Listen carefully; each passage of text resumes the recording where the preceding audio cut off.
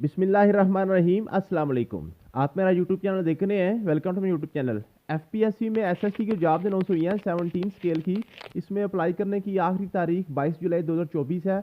इसमें सिर्फ females apply कर सकती हैं। 102 सीटें हैं, पूरे पाकिस्तान से आप इसमें अप्लाई कर सकते हैं। इसकी टेस्ट प्रिपरेशन के वाले से हमने सेशन को स्टार्ट किया हुआ है। तो कल दूसरा लेक्चर हमारा हो गया था। तो सेकंड लेक्चर में हमने टॉपिक पढ़ा था ब्रिटिश एम्पायर में एजुकेशन जो सिस्टम था ना आपका साउथ एशिया में, ब्रिटिश एम्पायर में जो एजुकेशन सिस्टम का वो हमने कल स्टार्ट किया था। तो इस टॉपिक के हवाले से कौन कौन से क्वेश्चन हमारे पास्ट पेपर्स में आ चुके हैं वो सारे आज हम डिस्कस करते हैं। तो ये मैंने आपको टेस्ट आपके व्हाट्सएप ग्रुप में शेयर कर दिया था। मुझे उम्मीद है कि आपने टेस्ट सॉल्व कर लिया होगा। तो मैं आपके सामने इसको सॉल्व कर देता हूँ, आपको समझा भी देता हूँ। फिर आपने अपने आंसर्स टैली कर लेने, आपको पता चल जाएगा कि आपका कल वाला लेक्चर जो है कितना तैयार था। नंबर 1 क्वेश्चन है जी, who was the founder of British education policy in South Asia. जो ब्रिटिश एजुकेशन पॉलिसी थी साउथ एशिया में, उसका फाउंडर कौन था?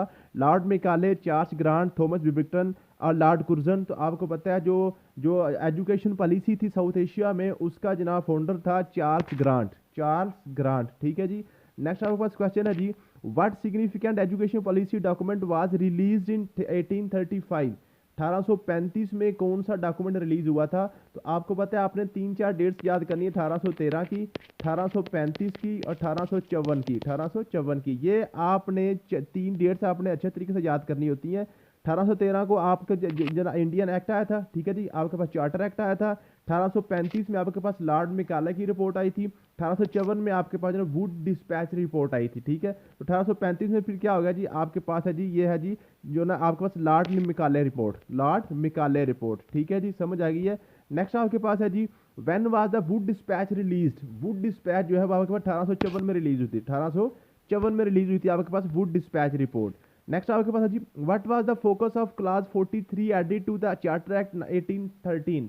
1813 का जो चार्टर एक्ट था उसमें जो आपके पास था क्लास 43 था।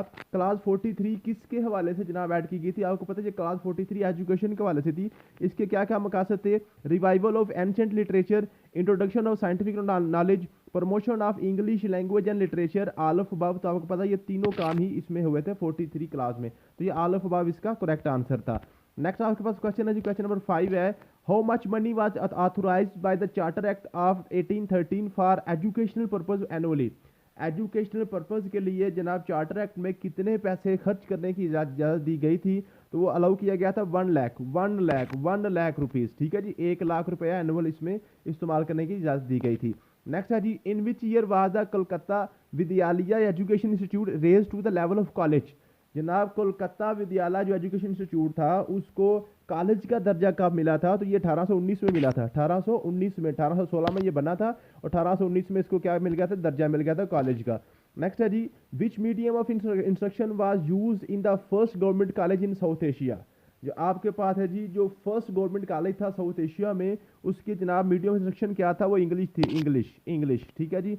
ये क्वेश्चन नंबर 7 हो गया। क्वेश्चन नंबर 8 है जी, what was the increase annual grant for education in the amendment Charter act of 1833।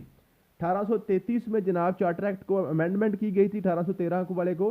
1833 में तो जो आपकी ग्रांट थी 1 लाख रुपया उसको बढ़ाकर 10 लाख कर दिया गया था, उसको 10 लाख रुपीज कर दिया गया था एनुअल ग्रांट को। नेक्स्ट है जी, what which was the first government college in South Asia. South Asia का पहला गवर्नमेंट कॉलेज कौन सा था?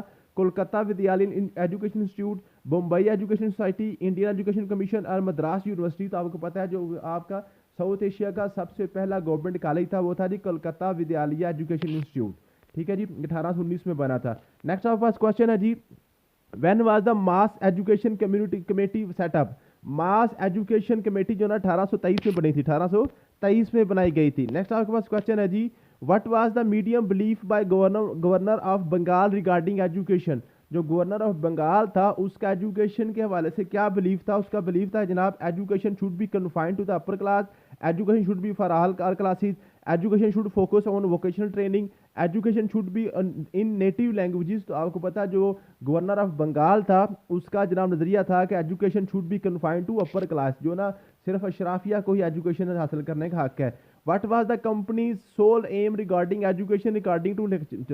तो आपके पास जो है ना ये जो आपके पास है जो कंपनी का जो सोल एजुकेशन का जो जो जो आपके पास है ईस्ट इंडिया कंपनी है, ईस्ट इंडिया कंपनी का जनाब एजुकेशन के हवाले से क्या उनका एम था, क्या उनका मकसद था?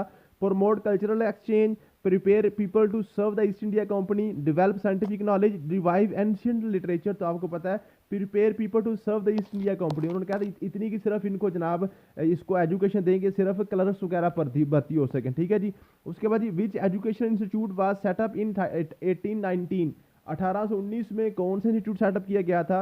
Bombay education society, Kolkata Vidyalaya education institute, the first government college in South Asia, Madras university. तो आपको पता है ये जो आपके पास है, यहाँ पे बच्चे कंफ्यूज होते हैं तो बच्चे इसको कलकत्ता विद्यालय एजुकेशन इंस्टीट्यूट लगा देते हैं, हालांकि ये 1816 में बना था। 1819 में इसी कॉलेज को first government college south Asia का जनाब ये दर्जा दे दिया गया था। तो आपकी करेक्ट आंसर है first government college in South Asia. Next आपके पास है which document is considered the foundation stone of the new educational setup in India?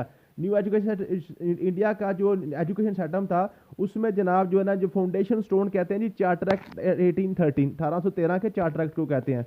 Next है जी, what was the primary goal of British education policy suggested by Charles Grant? Charles Grant ने जनाब क्या suggest किया था education policy में?